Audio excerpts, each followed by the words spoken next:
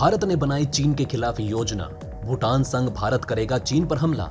वहीं भारत ने खटखटाए यूक्रेन के दरवाजे। अब रूस से नहीं बल्कि यूक्रेन से व्यापार करेगा भारत। क्या रूस के निशाने पर आएगा भारत? क्या भारत कर बैठा है बड़ी गलती?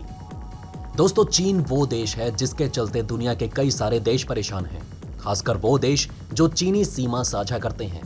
ताइवान को तो ये पूरी तरह निकलने की कोशिश कर रहा है। वहीं तिब्बत पर अनाधिकृत कब्जे के बाद अब उसकी निगाह भारत के लद्दाख पर है। इसके लिए चीन की कम्युनिस्ट सरकार ने 2030 तक 20 लाख से ज्यादा तिब्बतियों को उनके घरों से बेघर करने की योजना की घोषणा की है। भारत ने चीन की कुटिल चाल को नाकाम करने की योजना बना ली है। दरअसल भारत जहां एक और अंतर्राष्ट्रीय कूटनीतिक मंचों का इस्तेमाल कर रहा है, वहीं सीमा क्षेत्रों में अपनी स्थिति को मजबूत कर रहा है। साथ ही भूटान के साथ संपर्कों को मजबूत करने और भूटान सरकार को चीन की ओर से पैदा किए जाने वाले संकट से भी अवगत कराया जा रहा है। भूटान सरकार ने भारत के मशवरे पर संयुक्त योजना का प्लान करने पर सहमति जता दी है। यहाँ ये बताना भी जरूरी है कि आजकल भारत के आर्मी चीफ भूटान गए हुए हैं, क्योंकि इस समय चीन का मकसद तिब्बतियों के परंपरागत जीवन को खत्म करने के साथ साथ भारत समेत सीमावर्ती इलाकों पर अपना कब्जा स्थापित करना है। सिर्फ इतना ही नहीं, चीन हिमालय में नए गांव बसाने की योजना पर भी काम कर रहा है। दरअसल तिब्बतियों को विस्थापित करना चीन की स्ट्रेटेजी का हिस्सा बताया जा रहा है।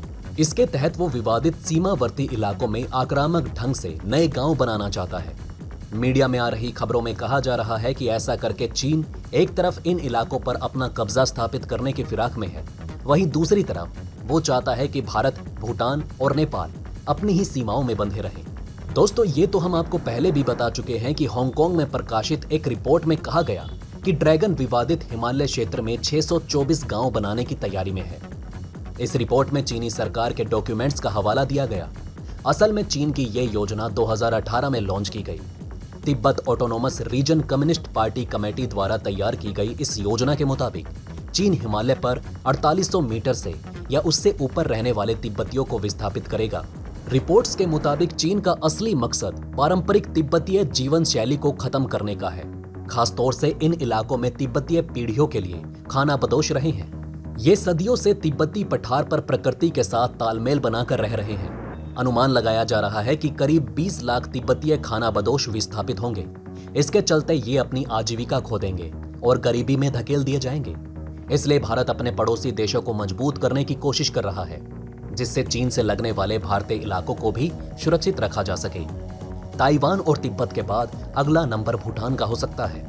इसलिए भारत और भूटान मिलकर चीन के खिलाफ रणनीति बनाने की जरूरत में है। वेल दोस्तों, आपका इस बारे में क्या कहना है? हमें कमेंट कर अपना जवाब जरूर बताएं।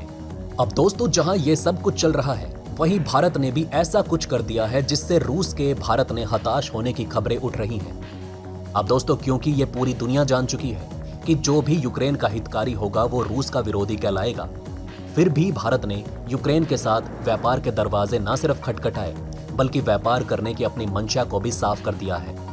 जी हां दोस्तों, भारत अब यूक्रेन से भी व्यापार करेगा। दोस्तों, इस साल फरवरी महीने में यूक्रेन पर रूस के हमले के बाद शुरू हुई जंग ने ग्लोबल ट्रेड पर बड़ा असर डाला। इससे ग्लोबल सप्लाई चेन पर बुरा असर हुआ और कई देशों में खाने पीने की चीजों की कमी हो गई। हालांकि अब धीरे धीरे इस स्थिति में सुधार होने लगा है। रूस और यूक्रेन दोनों हाल ही में इस बात पर सहमत भी हुए कि ब्लैक सी के रास्ते व्यापार को फिर से शुरू किया जाए। इस सहमति के बाद यूक्रेन फिर से गेहूं, सूरजमुखी तेल जैसी चीजों का एक्सपोर्ट शुरू कर सकेगा। एक रिपोर्ट के मुताबिक बदले हालातों में भारत भी यूक्रेन से सूरजमुखी तेल की बड़ी खेप खरीदने की तैयारी में है।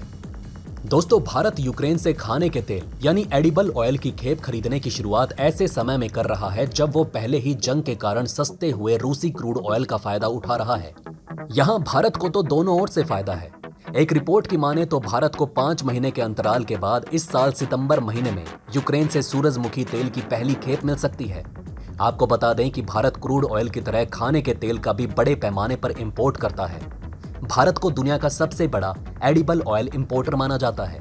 ब्लूमबर्ग की रिपोर्ट में Mumbai based import export company Sunwin के chief executive officer Sandeep Bajoria के हवाले से कहा गया कि एग्रीकल्चरल एक्सपोर्ट के लिए ब्लैक सी के कुछ कॉरिडोर को खोले जाने के बाद यूक्रेन से भारत को करीब 50 से 60 हजार टन सूरजमुखी तेल की खेप मिल सकती है।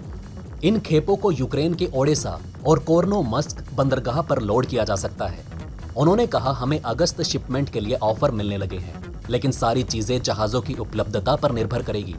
यूक्रेन के पास पर्याप्त मात्रा में ऑयल सीड मौजूद है। दोस्तों, आपको बता दें कि ईस्टर्न यूरोप में जंग की शुरुआत के बाद से ही भारत यूक्रेन से खाने के तेल का इंपोर्ट नहीं कर पा रहा।